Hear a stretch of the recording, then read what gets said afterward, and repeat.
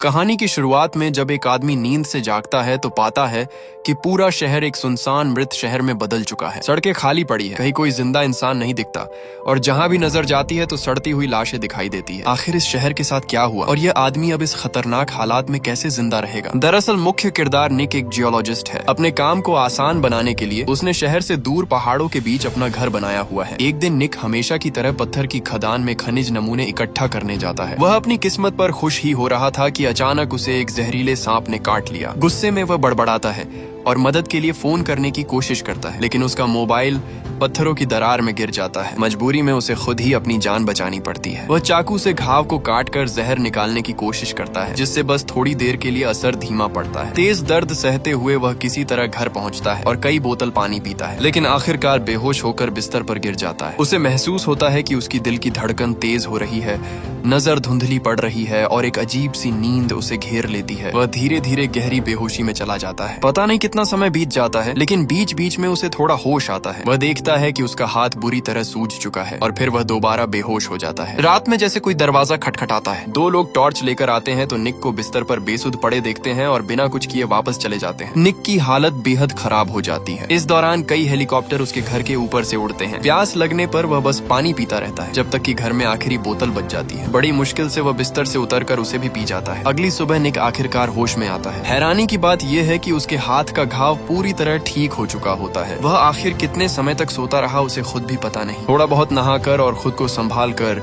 निक ने तय किया कि पहले शहर जाकर कुछ जरूरी सामान खरीद लिया जाए। घर के बाहर खड़ी उसकी छोटी कार पर मोटी धूल की परत जम चुकी थी। उसने कपड़े से शीशा साफ किया और चाबी लगाकर स्टार्ट करने की कोशिश की। खुशकिस्मती से गाड़ी चालू हो गई। निक का घर शहर से ज्यादा दूर नहीं था, तो कुछ ही देर में वह शहर के किनारे पहुंच गया। लेकिन जैसे जैसे वह आगे बढ़ा तो उसे कुछ अजीब सा लगने लगा। पूरे रास्ते उसे एक भी चलती हुई गाड़ी नहीं दिखी और न ही कोई इंसान नजर आया। वह सुपरमार्केट के बाहर गाड़ी रोकता है और सामने ही एक सड़ी गली लाश देखकर सन्न रह जाता है। चौक के बीचों बीच कुछ सैन्य गाड़ियां उलटी पड़ी थीं। आखिर यहाँ ऐसा क्या हुआ था जिससे यह हालत हो गई, ये सोचकर वह पूरी तरह घबरा जाता है। तभी उसकी नजर एक इलेक्ट्रॉनिक बोर्ड पर पड़ती है, जिस पर लिखा होता है कि घातक वायरस का प्रकोप की वजह से सभी लोग तुरंत जहां हैं वहीं शरण ले। निक चौंक कर कहता है कि ये असंभव है। वह तुरंत वापस गाड़ी में भागता है और रेडियो चालू करता है। हर चैनल पर सिर्फ सरकारी रिकॉर्डेड संदेश ही चल रहे थे। ये वायरस बेहद तेजी से फैलने वाला और जानलेवा है,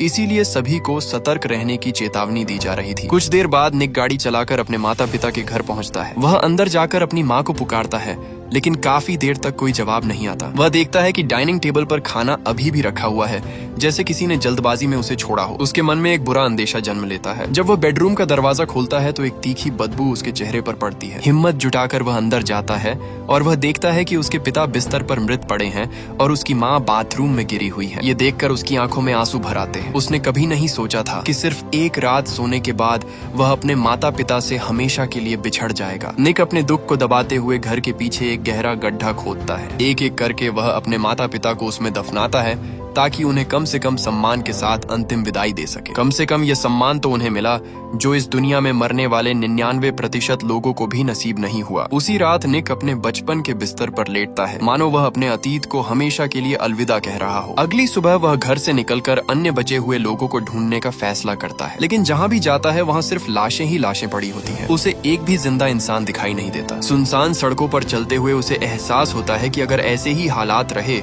तो बस साल बाद यहाँ की घास इंसानों से भी ऊंची हो जाएगी। वह एक सुपरमार्केट से कुछ जरूरी सामान इकट्ठा करता है और तय करता है कि शहर से दूर जाकर देखेगा, लेकिन शहर से बाहर जाने वाला पुल पूरी तरह बंद मिला। निक हैरान होकर गाड़ी से उतरता है और देखता है कि आगे का रास्ता बिल्कुल जाम है और रुकावट हटाना नामुमकिन है। अब उसका धैर्य जवाब दे देता है और उसकी भावनाएं टूट जाती हैं। वह चाहता है कि पिछले 2 दिन बस एक बुरा सपना हो। वह गुस्से में स्टीयरिंग पर जोर जोर से मुक्के मारता है। खुद को थोड़ा शांत करने के बाद वह दूसरी दिशा में जाने का फैसला करता है। वह आंखें बंद करके एक्सीलरेटर पूरी तरह दबा देता है। सीधी सड़क पर एक भी गाड़ी नहीं है और उसे किसी चालान का डर भी नहीं है। धीरे धीरे रात हो जाती है और उसे दूर कहीं लाल रोशनी चमकती हुई दिखाई देती है। करीब 15 मिनट बाद वह एक और शहर में पहुंचता है। सड़कों के किनारे रंग बिरंगी लाइटें जल रही हैं। पहली नजर में बस लोगों की कमी को छोड़कर उसे सब कुछ सामान्य लगता है। निक सबसे बड़े मॉल में जाता है और सोचता है कि अगर कोई बचा होगा तो यही होगा, क्योंकि यहाँ खाने पीने और रहने की सारी सुविधाएं मौजूद है। लेकिन वह हर एक मंजिल छान मारता है, फिर भी एक भी इंसान नहीं मिलता। उसके मन में सवाल उठता है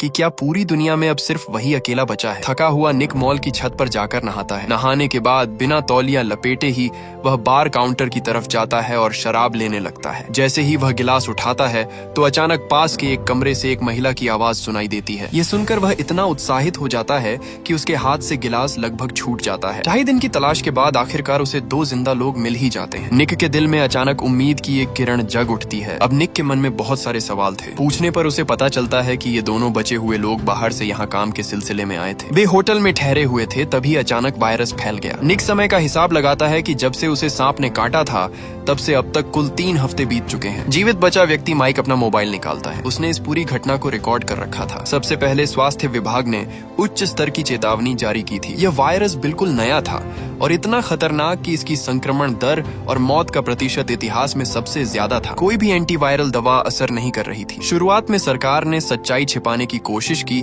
लेकिन हालात जल्दी ही नियंत्रण से बाहर हो गए। यहाँ तक कि अलग अलग स्तर की सरकारें भी काम करना बंद कर चुकी थीं। जीवित बची हुई एनी पूरी दृढ़ता से कहती है कि यह वायरस पूरी दुनिया में फैल चुका है और मानव जाति लगभग खत्म हो चुकी है। उन दोनों के बचने का कारण शायद यही है कि वे बेहद दुर्लभ इम्यून लोग हैं। निक इस बात को मानने के लिए तैयार नहीं होता। वह फैसला करता है कि वह और जगहों पर जाकर देखेगा कि आखिर दुनिया इतनी आसानी से खत्म कैसे हो सकती है। लिफ्ट का इंतजार करते हुए वह थककर दीवार से टिक जाता है। अंदर ही अंदर वह भी उनकी बातों को सच मानने लगा था और वहीं पर वह पूरी रात सो जाता है। अगले दिन वह दोनों से फिर बात करने का सोचता है, लेकिन जब वह उन दोनों को ढूंढता है तो वे कहीं नजर नहीं आते। एक पल के लिए उसे लगता है कि कल की बीती बात शायद एक सपना होगा। थोड़ी ही देर बाद उसे एनी एक महंगे कपड़ों वाले सेक्शन में मिलती है और माइक पास में नाश्ता बना रहा होता है। माइक कहता है कि शायद यह आपदा पृथ्वी का खुद को साफ करने का तरीका है, क्योंकि इंसानों ने इस धरती पर बहुत ज्यादा बोझ डाल दिया था। एनी के अपने सभी करीबी इस वायरस से मर चुके हैं और माइक के साथ भी यही हुआ। इसलिए दोनों ने एक दूसरे का सहारा बनकर साथ रहने का फैसला किया। माइक को पहले लगता था कि इस दुनिया में सिर्फ वही 2 बचे हैं, लेकिन अब निक के आने से उन्हें थोड़ी खुशी होती है। निक अपनी सोच बताता है कि वह यहाँ हमेशा के लिए नहीं रुकना चाहता। दुनिया बहुत बड़ी है और वह कहीं न कहीं उम्मीद ढूंढना चाहता है। एनी ये सुनकर निराश हो जाती है और चुपचाप वहाँ से चली जाती है। माइक निक को समझाने की कोशिश करता है कि यहाँ रहने में ही समझदारी है, क्योंकि यहाँ खाने पीने का भरपूर सामान है। लेकिन निक कहता है कि एक दिन ये सब खत्म हो जाएगा। माइक बताता है कि उसने और एनी ने तय किया है कि जब सामान खत्म होगा तो वे दोनों साथ में अपनी जिंदगी खत्म कर लेंगे। फिर भी निक खुद को एक ही जगह कैद नहीं करना चाहता। माइक की आंखों में उदासी झलकती है और वह कहता है कि जब इंसान अपनी सबसे प्यारी चीज खो देता है तो शायद जीना भी मरने से बेहतर नहीं लगता। निक ये सुनकर गहरी सोच में डूब जाता है। निक समझ जाता है कि माइक को मनाना नामुमकिन है। वह फिर एनी के पास जाता है और कहता है कि वह उसे अपने साथ यहाँ से ले जा सकता है। लेकिन एनी की सोच भी माइक जैसी ही होती है। वह कहती है कि जब उसने अपनी आंखों के सामने अपने दोनों बच्चों को मरते देखा और उसी पल उसका दिल भी मर गया। अब इस दुनिया से उसे कोई उम्मीद या चाहत नहीं रही। ये सुनकर निक गुस्से में एनी को धक्का देता है और बिना पीछे देखे मॉल से बाहर निकल जाता है। अचानक पीछे से 2 गोलियों की आवाज आती है। निक समझ जाता है कि एनी और माइक ने अपनी जिंदगी खत्म कर ली। उसका दिल भारी हो जाता है, जैसे सीने पर कोई बड़ा पत्थर रख दिया गया हो। वह गाड़ी का एक्सीलरेटर जोर से दबाता है और बिना सोचे समझे तेजी से आगे बढ़ता जाता है, लेकिन वह पूरी तरह अपना होश नहीं खोता। दूर उसे एक जीवित आकृति दिखाई देती है। निक तुरंत ब्रेक लगाता है तो वहाँ एक छोटा सा पीला कुत्ता होता है। बिना सोचे वह उसे अपने साथ गाड़ी में बिठा लेता है और उसका नाम लुक रखता है। अब निक और वह कुत्ता साथ में शहर के सबसे बड़े पुस्तकालय जाते हैं, जहाँ से निक अपने पसंद की बहुत सारी किताबें चुनता है। फिर वह लुक को लेकर वापस अपने घर लौट आता है। जब तक कोई साफ लक्ष्य नहीं मिलता वह तय करता है कि फिलहाल यही रहना सबसे सही है। शायद यही इस तबाह दुनिया में जीने का सही तरीका है। यहाँ तक कि निक मजाक में सोचता है कि वह और लुक पूरी जिंदगी साथ रहेंगे, बस एक शर्त पर कि जो बाद में मरे वह पहले मरने वाले को न खाए। धीरे धीरे 1 साल बीत जाता है और निक की जिंदगी अब एक ही ढर्रे पर चलने लगती है। सुपरमार्केट में खाने पीने की चीजें अभी खत्म नहीं हुई हैं। उसका मुख्य काम बस इतना है कि वह अपने शरीर को स्वस्थ रखे। पहले से ही अकेले रहना पसंद करने वाला निक अब इस नई दुनिया के साथ ढलने लगता है। अब वह आजादी से सीख सकता है, जब चाहे शांति का आनंद ले सकता है और धीरे धीरे इस सुनसान प्रलय के बाद की जिंदगी को स्वीकार करने लगता है। धीरे धीरे इस नई जिंदगी के साथ ढलने के बाद निक को लगने लगता है कि यह जीवन इतना बुरा भी नहीं है। लेकिन एक दिन उसे अचानक कुछ अजीब दिखाई देता है कि दूर एक घर से धुआं उठ रहा होता है। निक बिना देर किए अपनी गाड़ी लेकर सुनसान सड़कों से होता हुआ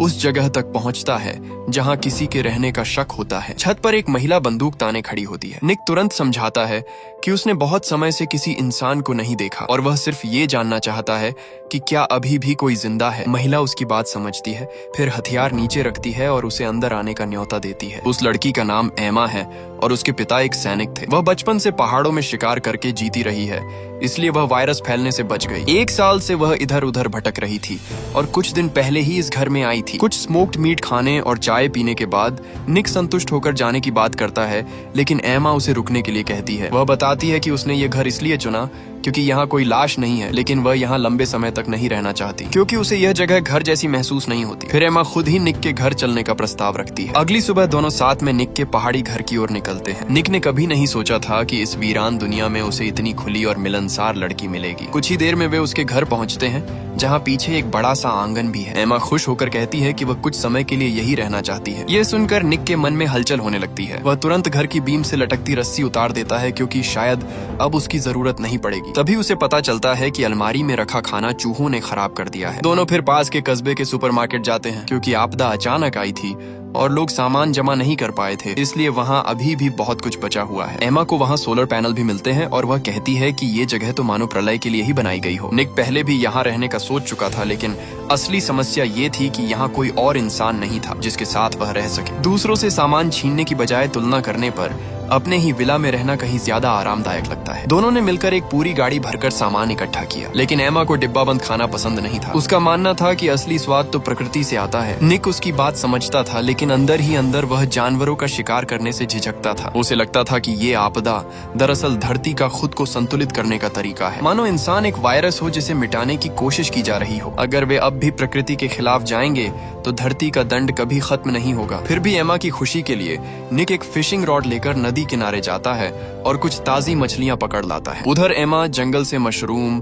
पत्ते और फल इकट्ठा करती है और घर के पीछे एक छोटा सा सब्जी का बगीचा भी बना देती है। अब निक को एहसास होता है कि वह अब अकेला नहीं रहा। इसी एहसास के साथ वह घर को और बेहतर बनाने में लग जाता है। एक किताब में उसने पढ़ा था कि अगर जगह को आरामदायक बना दिया जाए तो खुशियां खुद ब खुद चली आती है। एमा भी महसूस करती है कि यही असली सुकून भरी जिंदगी है, लेकिन निक के मन में एक सवाल बार बार आता रहता है कि आखिर सब लोग कहाँ गायब हो गए, सिर्फ वही दोनों क्यों जिंदा बचे हैं। क्या ये किस्मत का खेल है या धरती का कोई अजीब मजाक है? इन सवालों के बीच दोनों के दिल और करीब आ जाते हैं। उस रात लंबी थकान और भावनाओं के बाद दोनों चादर ओढ़े बालकनी में खड़े होते हैं। निक भविष्य के बारे में सोचने लगता है कि अगर उन्हें लंबे समय तक यहाँ रहना है तो बिजली का इंतजाम करना जरूरी होगा। आखिर रोशनी और गर्माहट ही तो जीवन में असली सुकून लाती है। निक दोबारा सुपरमार्केट जाने की सोचता है, लेकिन उसका पुराना भरोसेमंद वाहन आखिरकार जवाब दे देता है। अच्छी बात यह थी कि आसपास गाड़ियों की कोई कमी नहीं थी और पेट्रोल भी आसानी से मिल सकता था। वह सुपरमार्केट से सारे सोलर पैनल उठाकर घर ले आता है, लेकिन उन्हें लगाते वक्त गलती से वह छत से नीचे गिर जाता है। खुशकिस्मती से उसके पास एक समझदार